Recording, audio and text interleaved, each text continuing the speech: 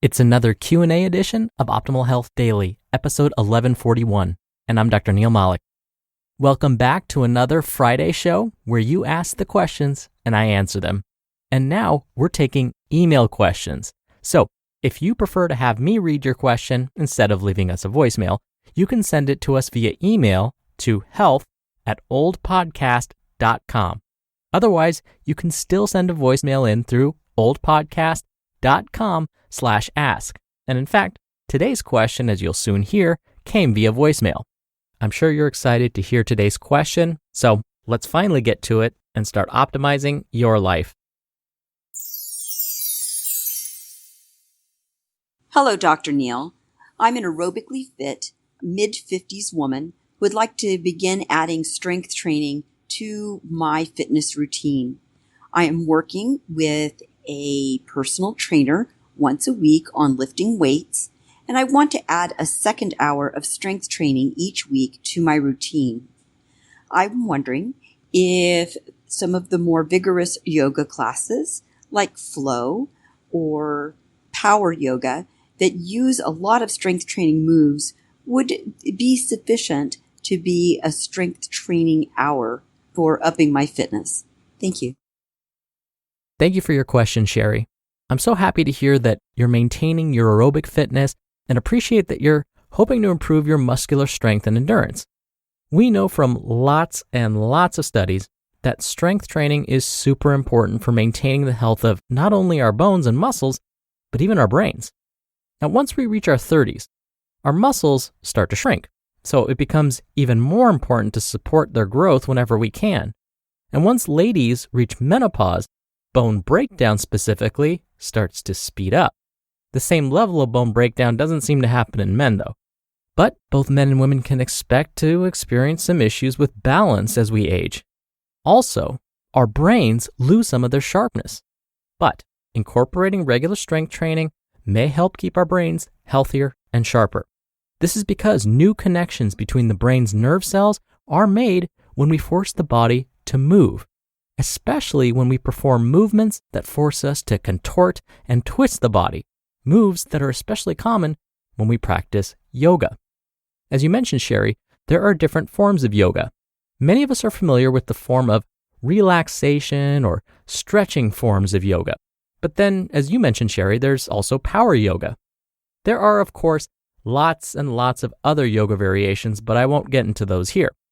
I remember when I first tried power yoga specifically, I found it more exhausting than some of my toughest weight training routines.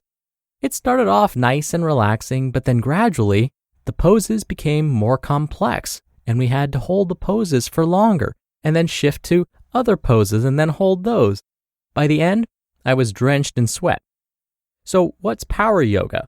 Well, power yoga is a type of hatha yoga. Most forms of hatha yoga include holding body positions, transitioning from one position to the next, and incorporating some breathing exercises. Power yoga is sometimes referred to as Ashtanga Vinyasa, and it's different in that it focuses on smooth and quick changes of body positions combined with breathing exercises. So, what does the research say about power yoga and muscular strength? Well, it was actually difficult for me to find a lot of studies on this topic, but what I was able to find was promising. The results of these studies seem to support yoga as a way of increasing muscular strength. One study conducted among those that identified as female found that after 6 months of power yoga training twice per week, the women experienced increased muscular strength. Now, another study didn't use power yoga as the intervention. Instead, they had participants perform more traditional hatha yoga poses, but in the end, they still found that participants' muscular strength increased. I should also mention that there are other fitness benefits to practicing yoga regularly.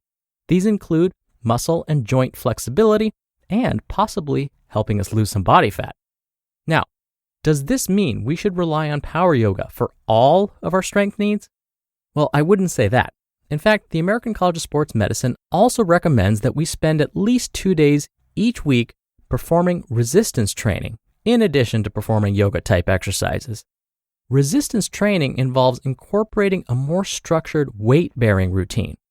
So to really preserve our muscles and make them stronger and making sure our bones are more dense, adding weights every now and then can help. This is because weights force the muscles and bones to adapt. And what I mean by adapt is they grow larger and stronger. So Sherry, the bottom line is that it seems power yoga and possibly just good old-fashioned regular hatha yoga may help increase muscular strength. But if you can, incorporate some weight-bearing exercises every now and then too. This will make for an even stronger, more well-rounded body.